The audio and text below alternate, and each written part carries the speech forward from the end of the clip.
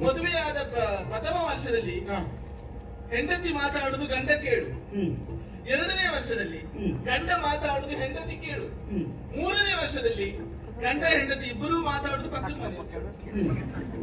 ಅದು ಹಾಗೆ ಅಂತಹ ಸಂಸಾರವೇ ಇರ್ತದೆ. ಅದು ನಮ್ಮದು ಹಾಗಲ್ಲ. ಹಳೇ ಜೋಡಿ ಹೌದು, ಹೊಸ ಜೋಡಿ ಹೌದು.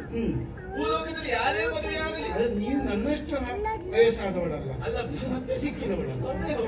ಆದ್ರೆ ನಮ್ಮನ್ನು ಉದ್ದೇಶಿಸಿ ಮಾತಾಡ್ತಾರೆ ಲಕ್ಷ್ಮೀನಾರಾಯಣನ ಜೋಡಿ ಎನ್ನುವ ಹಾಗೆ. ಹೌದಲ್ಲ, ಸಮುದ್ರ ಮಥನ ಕಾಲದಲ್ಲಿ ಉದಿಸಿ ಬಂದವಳು ನಾನು. ತಕ್ಷಣ ಲಲಿತೆಯಾದವನ ಪಾಲಿಗೆ ಲಕ್ಷ್ಮೀ ಎನ್ನುವ ಹಾಗೆ ಹೆಸರನ್ನಿಟ್ರು. ಆ ಸಂದರ್ಭದಲ್ಲಿ ನನ್ನ ಸ್ವಯಂವರ ವರ್ಣ ಮಾಲಿಕೆಯನ್ನು ಕೈಯಲ್ಲಿ ಕೊಟ್ಟಾಗ ಬೇಕಾದ ವರನನ್ನು ಆಯ್ಕೆ ಮಾಡಿಕೋ ಎನ್ನುವ ಹೇಳಿದ್ರು. ಲಕ್ಷ್ಮಿ ಸ್ವಯಂವರದಲ್ಲಿ ಸೇರಿದವರಲ್ಲ ಎಂತವರು? 33 ಕೋಟಿ ದೇವತೆಗಳು, 66 ಕೋಟಿ ದಾನವರು. ಲಕ್ಷ್ಮಿ ತನಗಬೇಕು ತನಗಬೇಕು ತನಗಬೇಕು ಎನ್ನುವಾಗ ಹಬ್ಬ ಇದ್ದವರು.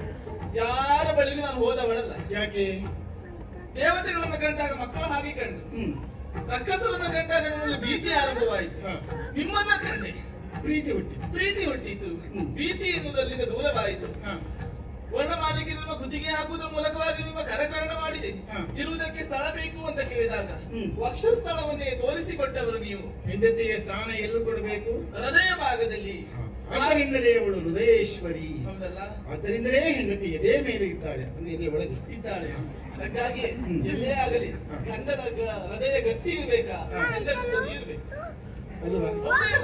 ಹೆಂಡತಿ ಗಟ್ಟಿಯಾಗಿ ಅಲ್ಲೇ ಇರಬೇಕು ಎನ್ನುವಾಗ ಪ್ರಪಂಚದಲ್ಲಿ ಯಾರಾದ ಕಂಡ ಹೆಂಡತಿಗೆ ಹೃದಯ ಭಾಗದಲ್ಲಿ ಸ್ಥಾನ ಕೊಡ್ತಾನೆ. ಜೀವನದಲ್ಲಿ ಬೇರೆ ಆಗುವುದಿಲ್ಲ. ಈ ತತ್ವವನ್ನು ಗಟ್ಟಿ ಹಿಡಿದುಕೊಂಡವಳು ನಾನಿದ್ದೇನೆ. ಸಂಸಾರ ಬೇರೂರಿ ಉಳಿಯುತ್ತದೆ. ಹೌದಲ್ಲ, ಹಾಗಿರುವಾಗ ನಿಮ್ಮಿಂದಾಗಿ ನನಗೊಂದು ನೆಲೆ, ನನ್ನಿಂದಾಗಿ ನಿಮಗೊಂದು ಹೆಸರು. ಇಂದಿರಾ ರಮಣ ಎನ್ನುವಾಗಿ ಕರೀತಾರೆ. ನನ್ನಿಂದ ನಿನಗೆ ನೆಲೆ, ನಿನ್ನಿಂದಲೇ ನನ್ನ ಸಂಸಾರಕ್ಕೆ ಒಂದು ಕಳೆ. ಹೌದಾ? ಇಂದಿರಾ ರಮಣ ಎನ್ನುವಾಗಿ ನಿಮ್ಮನ್ನು ಕರೆಯುವುದು. ಮನೆಗೆ ಬಂದ ಯಾರೇ ಅತಿಥಿ ಆಗಲಿ, ಗಂಡ ಆಗಲಿ ಇಂದಿರ, ಹೆಣ್ಣಾದ್ರೆ ಇಂದು ಇರೆ. ಇಂದು ಇರುವವಳು ನಾನಲ್ಲ. ಕಾರಣ ಎಂತದ್ದು? ಶಾಶ್ವತವಾಗಿ ನನ್ನೊಬ್ಬ ಇರಿಸಿಕೊಂಡಿದ್ದಾನೆ.